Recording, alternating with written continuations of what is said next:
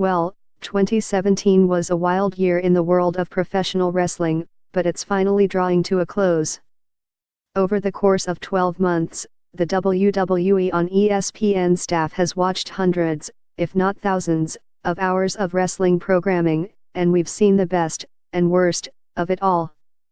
In recognition of the greatest achievements inside of the Squared Circle in 2017, we've gotten together to make our picks in 10 different categories, covering individual performances, teams, rivalries, and shows. Our best of 2017 has reached the end of its first week, and with it one of the key recognitions well hit in this retrospective, Match of the Year.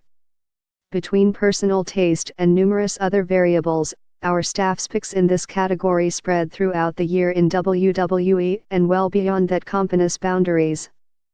Without further ado, let's dig in. The setup for this match was nearly perfect. You have 4 of the biggest stars of the WWE set for the main event SummerSlam and, up until that point, there had barely been a physical confrontation between the group.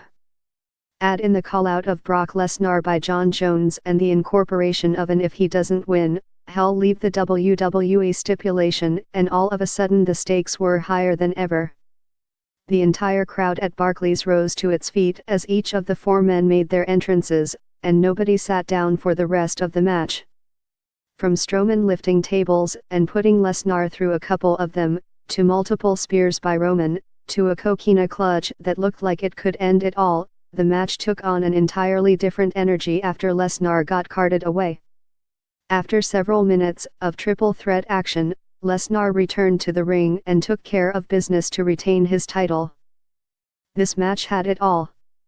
The storytelling was great, the action was huge, and regardless of the assumed outcome, come on, Brock couldn't go back to the UFC without dealing with his suspension. This was one of the most memorable matches of the year. Andrew Feldman. Tie between I, 2, and 3. You really can't go wrong with any one of these matches.